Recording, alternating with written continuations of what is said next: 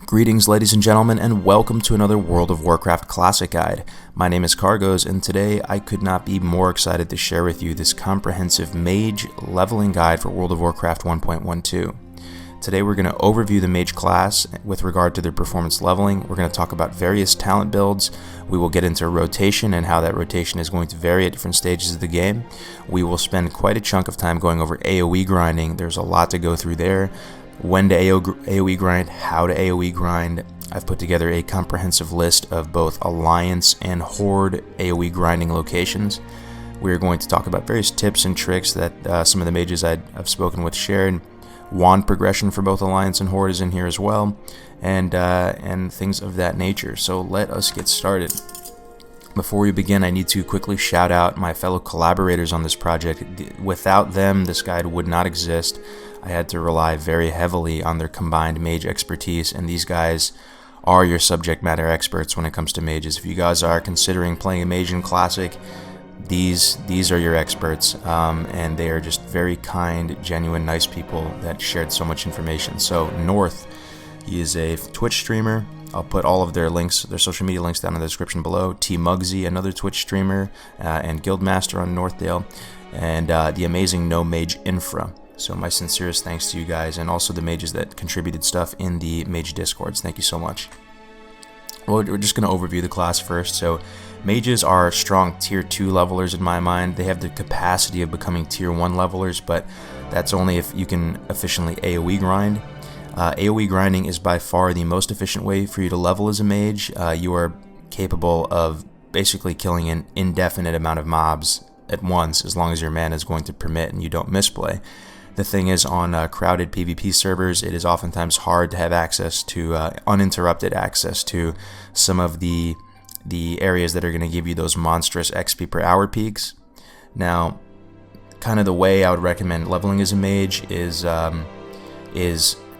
going, if you're new to mages and you haven't played the class before, I'd recommend going a more single target build and then potentially respeccing to an AoE build if you are able to get sufficiently ahead of the pack. We're going to get into this stuff later, but let's go to the pros and cons. This might be a better way to break it down. So tier 2 leveling speed, potentially tier 1, high damage, hyper efficient AoE grinding, they're gear independent, highly engaging dynamic gameplay when it cohold to AoE grinding, not Frostbolt. Free consumables, food, water, and mana potions in the form of those jades and stuff. Above average movement speed, just factoring in teleport and blink. Fantastic group utility, they're highly sought after. They have both hard and soft crowd control options. They have a smooth weapon progression in the form of wands and staves. Strong out in open world PvP. Some of the cons include they have a slow start. It's a little rough getting from 1 to 20. They're a little below the median. Low sustain, no self-healing, it's a bit squishy and susceptible to dispel. They have substantial downtime drinking. They have difficulty soloing targets that are immune to their freeze mechanic. They don't have all that much talent flexibility compared to other classes, and their AoE grinding is susceptible to griefing, ganking, all types of stuff. Just really quickly to touch on races. On the Alliance side, PvE, the edge is going to go to gnomes. There's just slight differences in the primary stat values, as well as having the bonus 5% to intellect. In PvP, the edge is also going to go to gnomes. On the Alliance side, they have Escape Artist, which is going to allow you to break snares and roots. It will actually dispel the entire affliction on you, not just that portion of whatever's on you. So that's fantastic. But at the end of the day, it's not game breaking. Don't make your decision based on slight differences in race. On Horde side, PvE, the edge is going to go to Trolls. They have the Spell Haste Berserking on demand burst cooldown. They also have Beast Slaying, 5% bonus beast damage, bonus HP regen, and then on the PvP side for Horde, Undead will have the edge there. They have Will of the Forsaken, as you guys know. It's an active immunity to fear, sleep, charm. They have Cannibalize. But at the end of the day, guys, just with all classes in vanilla, just play what you enjoy, play what resonates with you. We'll talk really quick about spell hit. So as a spellcaster, you will always, no matter what, have a 1% chance to miss with your spells. That's just the nature of the game. There's nothing you can do about it. So against a target of the same level, you will have a 4% chance to miss. 3% hit is needed for cap. Against against a target 1 level above you, you have a 5% chance to miss, 4% hit is needed for cap.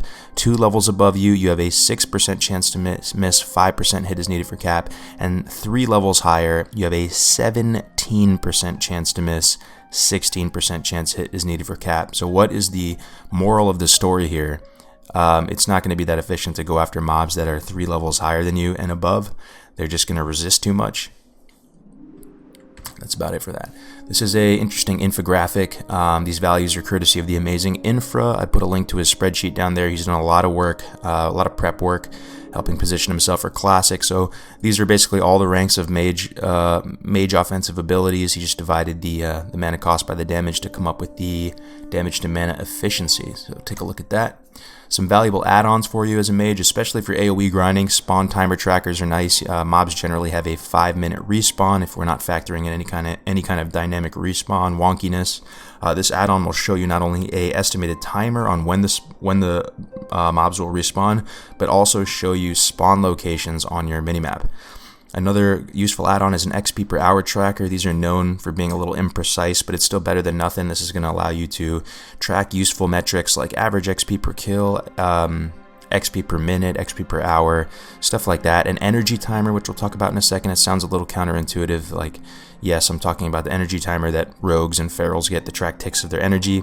These timers just track ticks in general, so you can use it to track ticks in your natural mana regeneration or your drinking regeneration, and we'll talk about some tips and tricks you can do to utilize that information. The next thing is a rangefinder. This is very, very important. It's going to allow you to AOE grind with more precision, show you when stuff is in range of your Frost Nova, Cone of Cold, when you're max range 36 yards away to start frost bolting or blizzarding. Very useful stuff. Next thing, I just talked about a second ago, drinking while moving. Now, this is it's a little gimmicky, but it's something that you can do, especially if you're transitioning into a new water source and you need to get rid of some of your water. Maybe you just have excess water. What you can do is with that energy timer is you can basically drink when this timer is at like 90%. You'll get 1 tick off, and then between ticks, you can run. So you'll run up until the point that that bar reloads up to 90%. Drink. Once it resets, you run, and you rinse and repeat. You will go through a lot of water this way, but you can effectively move and drink with no downtime. General tips. So we talked about spell hit, right? So this is one thing to keep in mind. Mobs of the same level grant you the most XP relative to their base XP reward value. And this works in both directions. So if you're fighting a mob that's 1 level higher than you, you will get slightly less XP relative to its base XP reward value. You see what I'm saying? But you could still get more XP from that. It's just kind of an efficiency equation you're going to have to work out yourself. And it works the other way as well. So if you're killing a mob that's below you in level, you will be getting slightly less XP relative to their base reward. But then you have to just factor in kill speed, right? And whether it's going to be efficient for you. But it's something to know. The other thing, you are a mana user. You are a spellcaster, so like all other people in the same bucket, you're going to front load your damage to get natural mana regeneration per the 5-second rule, ticking again as soon as possible. If you don't know how this works, very quickly, mana does not start passively regenerating until you don't cast anything for 5 seconds, so front loading stuff is better than just like staggering your spells out over the duration of a fight. The next thing is to push, like all other classes in the game, push the limits of your combat efficiency. If you are at full health or mana or whatever resources you are working with, you are likely misplaying. You need to push the envelope, chain pull more aggressively, take more calculated risks, expend more resources per kill, do whatever it takes to keep things constantly regenerating and on cooldown. The next thing is to be adaptive with your damage rotation cycle.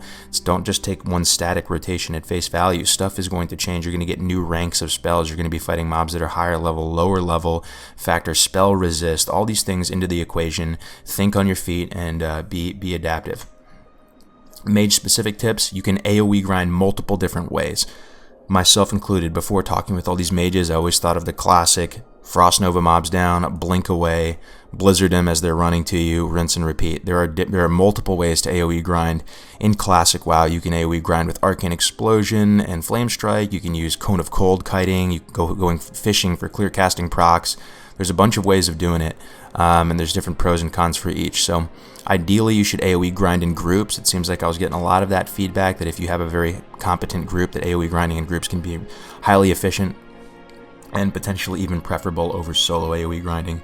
The next thing is that mana is just so important in Classic, and that as we go through the talent builds, I want you guys to keep in mind that clear casting, this is feedback I've gotten with every mage I've talked to. Clear casting in the arcane tree is amazing. It's insane, and you almost like your playstyle will change around whether or not you have clear casting online.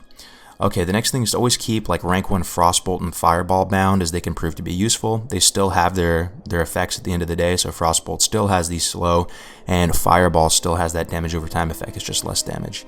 And the next thing is to create stop casting script macros for time-sensitive abilities. What do I mean by time-sensitive abilities? I mean stuff like Polymorph, stuff like Blink, stuff like Counterspell, Ice Block, stuff you need to use quick, fast, and in a hurry. Stuff that you have a certain window of opportunity where you just can't wait. You can't strafe a little bit over to cancel your cast. This is something you want to do, and you want to do right now. So those are some examples on the right. Life pre-level 10 is pretty straightforward. You're going to alternate back and forth between ranks of Frostbolt and Fireball based on new ranks of the spells. You're going to get to max range, cast 3x Frostbolts or Fireballs, then squeeze in a wand shot if you have time. At this stage, you want to get a wand as soon as possible. Some of these early wands have just nutty DPS, so keep that in mind. If you are going to go the improved Arcane Missiles build, which we'll talk about momentarily, then definitely train Arcane Missiles. But if you're not, then you can skip it. So yeah, before I move on, 3x Frostbolt, squeeze in a wand shot. You can Nova the mob. I mean, if it's about to die, just finish wanding it or meleeing it to death, get that mana regeneration ticking. If it's still pretty healthy, pretty chunky, 30-40% HP, you can go ahead at that point, Frost Nova it down, strafe out of range, hit it with another Frostbolt or two, then proceed to wand it down or melee it to death. Alright, we're going to talk about talents now. There are multiple options on the table, guys. So take everything that I'm about to share with you with a grain of salt. A lot of this stuff is based on private server values. I get it. But I went into this thinking that mages only had kind of one cookie cutter build, and then I came out of this experience after talking to all these different mages thinking, damn, there are many ways to build this car, and you're just going to have to choose the one that you think is going to work the best for you. So before we get started too, I want to tell you guys that when I consulted these mages, I gave them kind of a thought experiment, and I told them to think about, if for whatever reason they had to play for money, like for $1 million, if you're part of some sanctioned Blizzard speed leveling competition, you had to be as efficient as possible, just all things considered, what approach would you take? So there's 3 approaches here. We have the approach by Infra, we have the approach by Tmugsy, and we have the approach by North. So generally, before we begin, if you are a newer mage player, if you are not a finesse lord that's in there practicing for Classic, you aren't that familiar with the mechanics, then I would probably recommend going a single target Frostbite build. This is going to, probably be the best for you, factoring in PvP. It's more of a PvP build, and it's going to give you more efficiency when it comes to single target damage. The thing about that is getting Frostbite as a talent, which is your tier 2 ability we'll talk about in a second, is really going to be a non-starter for AoE. So you can also consider going a single target build without Frostbite. That will at least allow you to AoE sometimes, like let's say if you just have access to some good mobs, and kind of just take a halfway build. And then people like Tmugsy and North, who just like are very experienced mage players, they have leveled a ton of mages even just for fun. They're all about that full AoE YOLO build as soon as possible. So we're gonna get into it now. I'm gonna switch over to another talent calculator. Alright, we're going to first talk about this single target Frostbite build. You're going to start with 3 points in elemental precision. Getting this, we talked about the spell hit rate, so getting this reduction in resist chance is going to basically cap you out on mobs that are 2 levels above you. This is going to move the needle more than just getting the improved Frostbolt. Improved Frostbolt, it's kind of counterintuitive, but it's not that good. It's okay. You're going to have to eventually get it, but this will... You get the point, right? Alright, so right after that, we're going to go immediately into Frostbite, 3 out of 3. Then we're going to go into Improved Nova, 2 out of 2. Then we're going to start building out our crit synergy package between Ice Shards, Shatter, Nova, Frostbite. So we're going to start investing into ice shards, even though this is not going to do that much until shatter comes online. But as you realize, as soon as we get that 5th point, shatter comes online, then we're going to go 5 out of 5 shatter.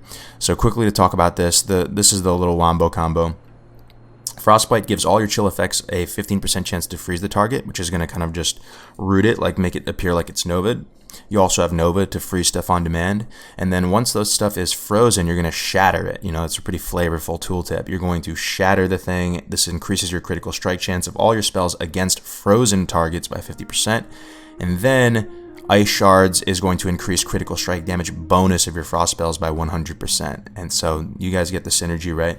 So at this point, after Shatter, we are going to go right into Ice Block at 30. This is just point for point, just high impact. I'm going to allow you to do a lot of things.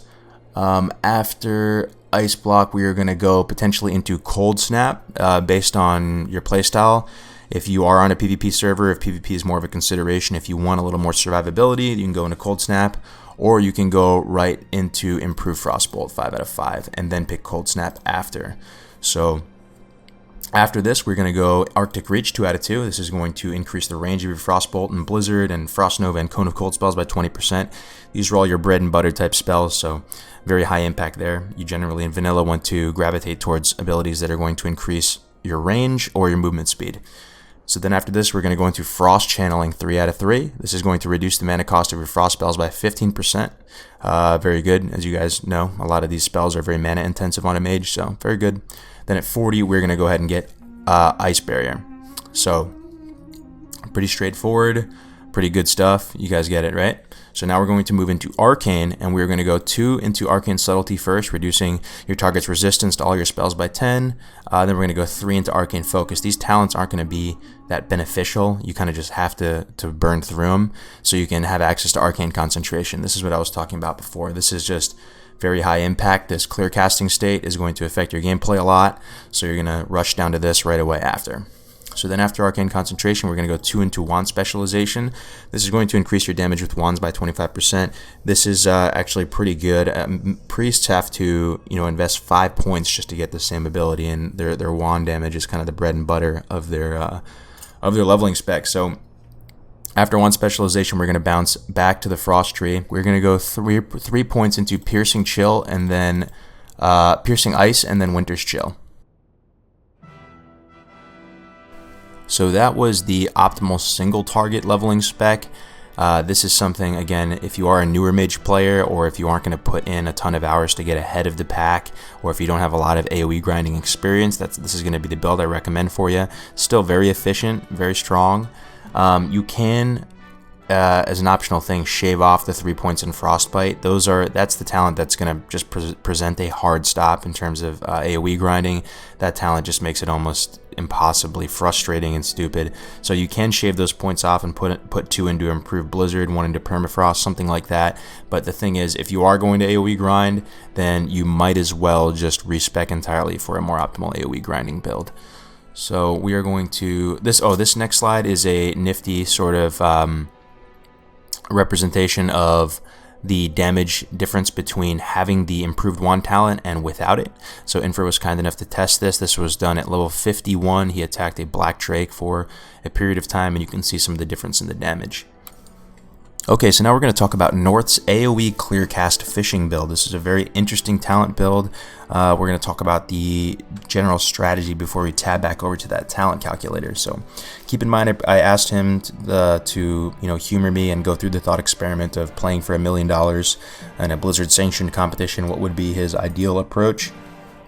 He shared with me this. He would try to race to 14 as fast as possible through mob tagging, having friends help tag mobs for you and killing them, or maybe just grouping up and just racing to 14 as fast as possible. At 14 you get Arcane Explosion, and then you're immediately going to start AoE grinding. So it is possible to use Arcane Explosion early on to AoE grind with Frost Nova. You get Flame Strike at 16 as well. So you're going to basically start in the Arcane tree. We'll go over the talents in a second. And then at 20, depending on whether or not clear casting is buffed or nerfed, you will either respec Frost or keep your Arcane talents and start investing into the Frost tree at that point. So what do I mean by clear casting is buffed or nerfed? It's basically this. If you are AoE grinding 10 mobs and you Arcane Explosion, right? do you have a chance per mob you hit to get that clear casting proc, or do you only have one chance per spell cast?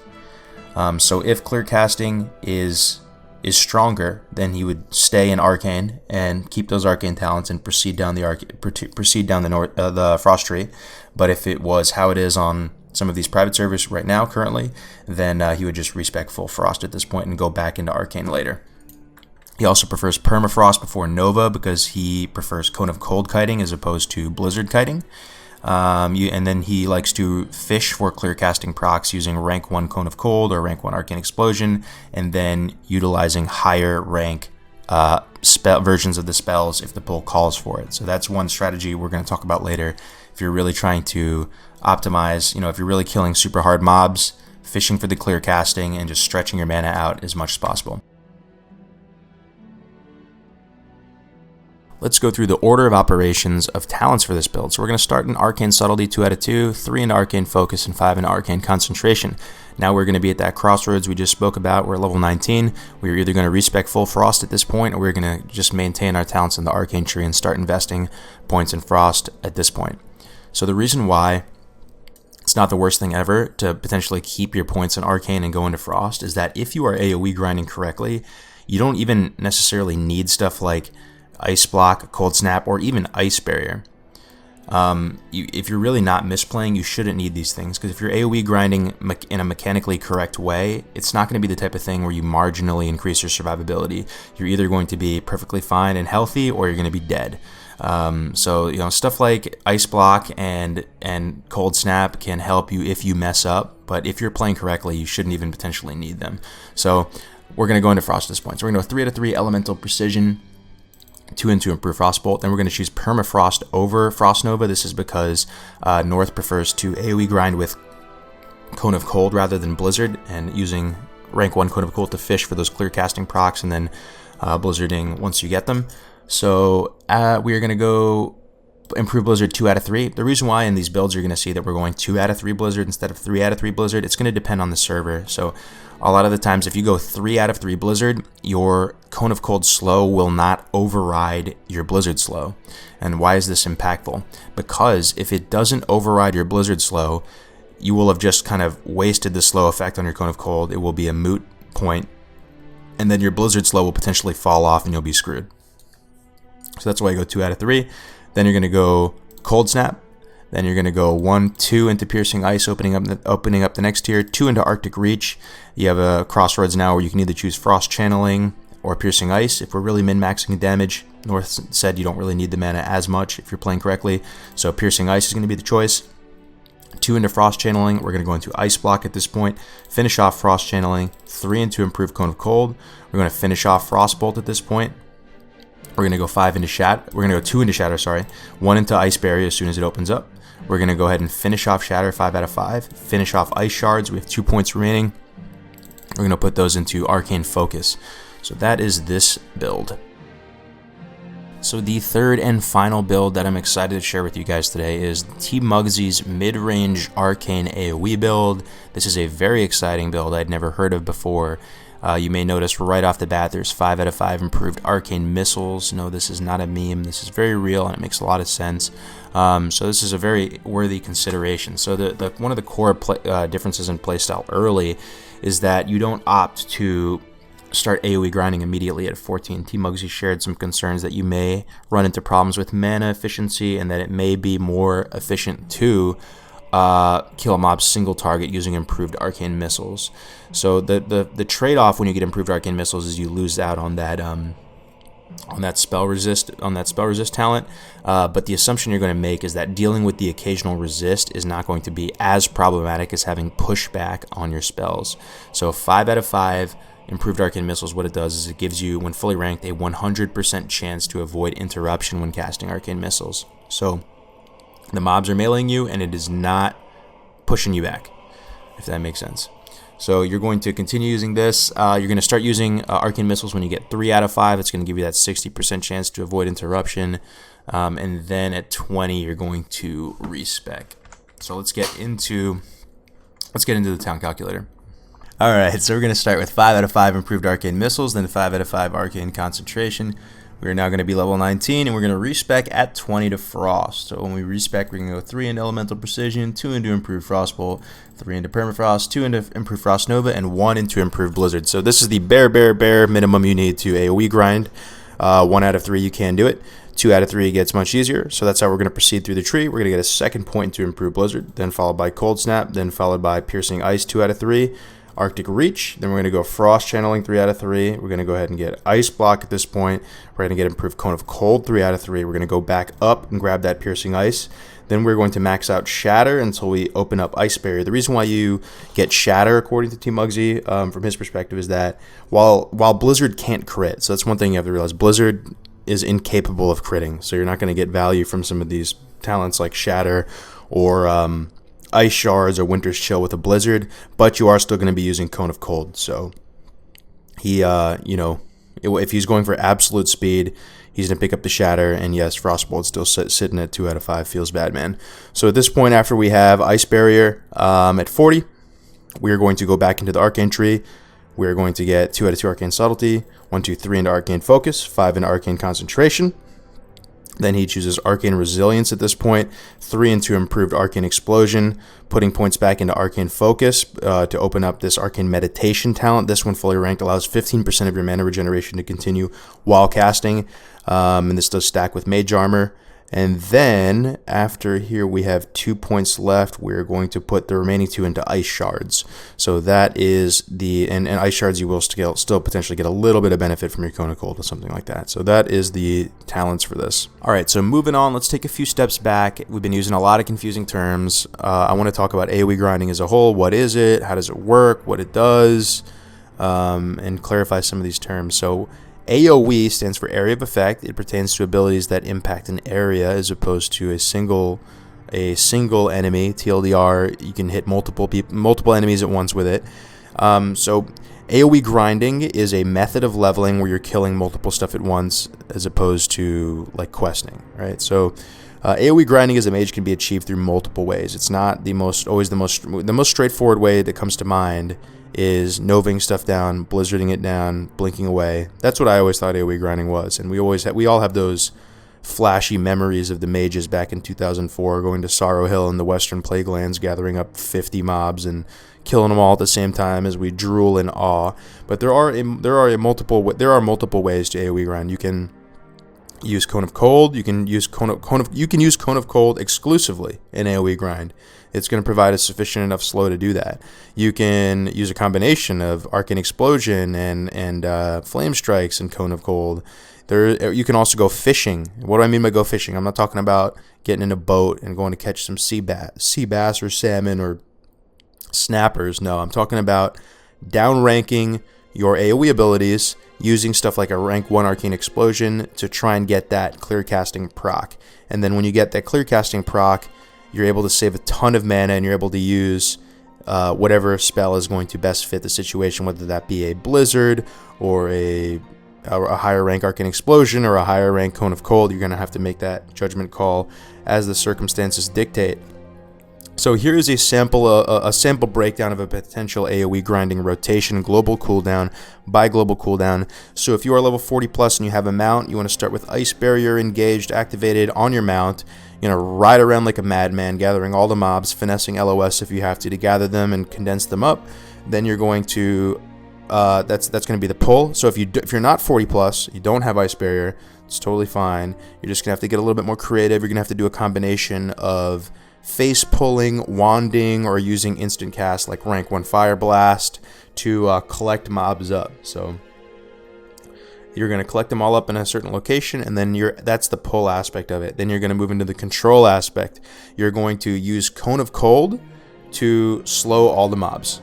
So, and if Cone of Cold, the reason why you do that is because Frost Nova can get resisted, right? But if anything resists your Cone of Cold, or if it's out of range or whatever, you want to immediately snap Frost Nova. So Frost Nova is your backup. Cone of Cold is your primary. If that fails, Frost Nova. So then after that, that's going to be the first instance of control. Then you're going to create space. You're going to start strafing away, or you're going to blink away. The thing about blink is that the mana cost scales, so it's not a static mana cost. You can't downrank blink, and no matter what level you're going to be, it's going to be pretty pricey. So use it at your own discretion, but try and get as much range as possible, ideally like 30 yards away. At this point, you're going to start casting blizzards on them. You should be able to get 2 off by the time they get to you. And at this point, your Frost Nova or Cone of Cold should be off cooldown. If for whatever reason it's not, you can create a little bit more space. Just keep strafing away. And then you're just going to kind of rinse and repeat. So that is pretty much it for AoE grinding. AoE grinding tips. So if you're going to a new spot you're going to start grinding at, survey the area by using your full wombo combo on one mob, just to test it out, test the waters a little bit. There's all these fishing and water analogies, it's funny. But yeah, use your abilities, test it out on a mob, make sure that the power level of the mob is within range. It is going to be doable. You can, do not pull packs of mobs with range damage dealers. It is really not worth it. It's such a headache. If you even get one crossbow bolt to the chest and it pushes your blizzard spell back, you're gonna have a bad time. You may not have the mana to cast another one. It's gonna get sloppy, it's gonna get inefficient. So you know, some of these really master mage players, they just know the pull so well that they're never gonna have to deal with this somehow. But for some of the newer mage players that are going into AoE grinding, if you see ranged damage dealers, try and surgically remove them from the equation. Hit them with single target spells and try and get them out of there in some capacity. Don't attempt to do the pull with them there. Yeah, absolutely no frostbite talent. We talked about this. It's going to mess you up in a huge way.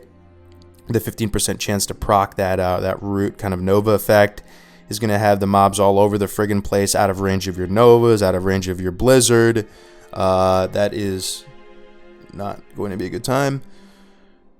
And then generally you shouldn't use stuff like Ice Armor if you don't need to, or Mana Shield. This stuff will increase your survivability, but at the expense of efficiency. So if you use the Ice Armor, the Frost Armor, or whatever, it's going to potentially slow mobs randomly and throw your rhythms and timings off. So ideally you don't want to use it, but you can if you need to. So the non-AoE grinding life 10 to 60. You're basically going to want to front load your mana. You're going to cast 3 Frost Bolts. You're going to be able to cast 4 when you have 2 out of 2 Arctic Reach. That's the main thing. And if you have Permafrost as well, you should be able to squeeze in a Wand attack before you have to Nova and start creating space again. So 3 to 4 Frost Bolts, squeeze in a Wand if you can, Nova, create space again, hit them with 1 to 2 Frost Bolts. If they're already close to dead, you don't even need the Frost Bolt, right? We talked about this earlier, just wand them to death. But if they're a little chunky still, hit them with that Frost Nova, create a little more space, 2 more Frost Bolts, then hit them with your stave or your wand. So that's the kind of rotation all the way to 60. Single target, you can skip training. If you're going the single target build, you can skip training on stuff like Dampen Magic, Slow Fall, Detect Magic, Flame Strike, further ranks of Blizzard past rank 1. You can skip that stuff if you're going to go this type of build. Also, little tips: you can use Frost ward / Fire Ward when facing frost or fire damage. These are cheap little shields that you can put on yourself, but they do share a cooldown, so just keep that in mind. So that's it for this. These stat priorities. So ideally you want to have another set on you, or not even a full set, but you want to have spirit pieces on you. So if you find pieces while out in the open world that have a chunky amount of spirit on them, keep them on you and switch to them between pulls or between you're doing stuff, because spirit is valuable for like every class in the game. Pretty much say this in every video, but spirit's effect kind of compounds, it kind of snowballs. So unlike other stats that may have potentially diminishing returns the more you have, spirit gets better and better the more you have. So, you know, primary stats like strength or agility or whatever class you're playing may shave off like a second from your kill time, but having spirit may shave 5 seconds off your downtime. So which is going to move the needle more? The spirit, right? So the stat priority is going to be int. Number 1, you need a big chunky mana pool, followed by stam being equivalent to spirit. So you're kind of putting them at that same tier, followed by agi, followed by strength or whatever. So Eagle gear is going to be best in slot while leveling int stam, and then the Owl gear, the int spirit, is going to be really good as a spirit set. So, but you know, feel it out. Like if you have too much int or too much stam or whatever, you have these spirit pieces. See how much you can get away with, man. Put some of those pieces on. So now we're going to get into the Alliance AOE grinding spots. I don't want to go over all of them. There's a good amount here. Some of these are faction specific in the sense that, you know, like you're not going to be able to kill the Alliance guys if you're Alliance. You're not going to be able to kill the peons at Goshek Farm if you're Horde. So the ones that I highlighted in green are the ones that, based on all the feedback I've been receiving, have the highest XP per hour and are very contested a lot of the times, but very good spots overall if you can get access to them. There's like 3 pages for both Alliance and Horde. These are good stuff. There's also a wand progression here. So, you know, wands are nice. They will help you get your natural mana regeneration ticking up sooner. Again, it's like free damage. You can start toggling on your wand before a global cooldown finishes. So, you know, if you hit it with a fire blast or something and you start wanding, that's a little efficient, little nifty trick. So we got the Alliance wand progression. We got the Horde wand progression here as well. And that is going to be it for this video, ladies and gentlemen. This was a beast of a project. I'm so happy I finally got it done, though.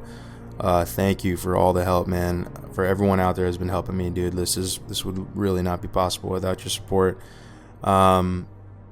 If you could do me a favor, follow these guys on all their social media, the ones that helped out. They just helped from the kindness of their heart. So just try and, you know, if you can follow them on Twitch or something, I'd appreciate that. Also, if you could follow me on Twitch, because I'm going to stream the demo, and I have like absolutely nobody who follows me on Twitch. It's kind of sad. So yeah, if you could follow me on Twitch, that would be doing me a big solid. Other than that, enjoy your day, enjoy your weekend. It's a beautiful weekend here in California, and I will see you guys in the next one. Take care.